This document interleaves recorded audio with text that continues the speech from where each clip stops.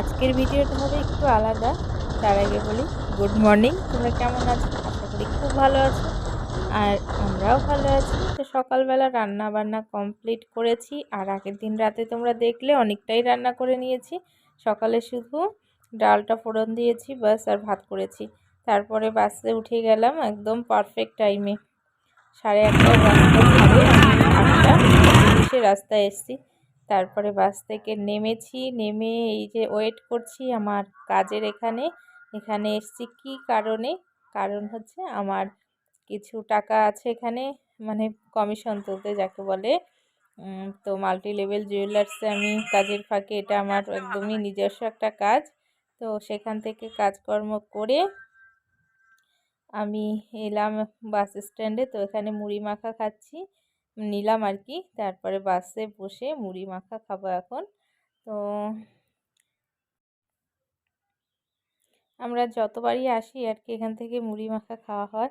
আর এত ঝাল দিয়েছে, প্রচুর কাঁচা লঙ্কা দিয়ে দিয়েছে। আর এই যে আমার বান্ধবী, তার মা, আর সামনে আছে একটা বৌদি ভাই। তো সবাই মিলে আমরা গিয়েছিলাম, এই 4জন মিলে। তো বেশিরভাগ আমরা একসাথেই 1:30টা পরে আর কি। তো বাসে বসে আছি, বাসটা ছাড়তে কিছুক্ষণ দেরি হবে, তার মাঝখানে কিনে নিয়ে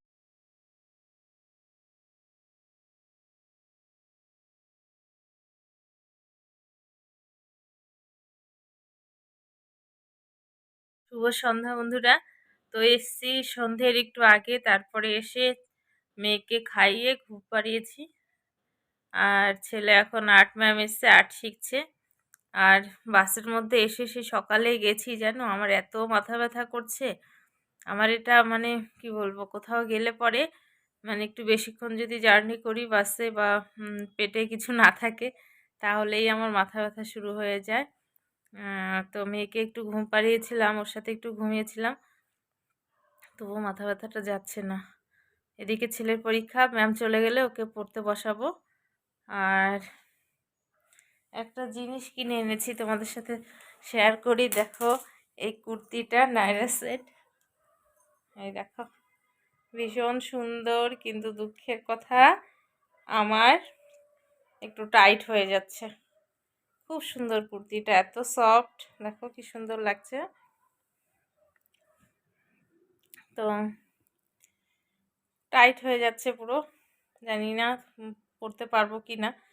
তো ভাবছি চেঞ্জ করার কথা বলেছি, যে যদি টাইট হয়ে যায় তাহলে এক্সচেঞ্জ করে দেবে, কিন্তু কি বলো তো, এখন যাওয়াই তো মুশকিল দোকানটাতে। তো চলো দেখতে থাকো।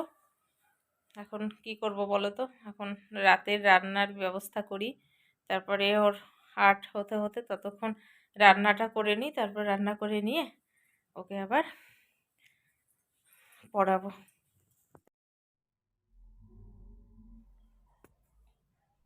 তো ভাবলাম কি রান্না করব। ঝোল সব কিছু একটু একটু আছে, অল্প ডাল আছে, তো ভাতে আলু সেদ্ধ দিয়ে দিয়েছি।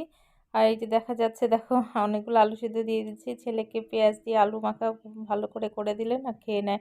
ডিমের পোচ করে দেব, আর আলু সেদ্ধ, আর বড় তাই। আর আমার হয়ে যাবে কোনো রকমে। আর মা বাবার জন্য ঝোল আর ডাল আছে, আলু সেদ্ধ দিয়ে হয়ে যাবে। তো আজকের মতো এ পর্যন্তই।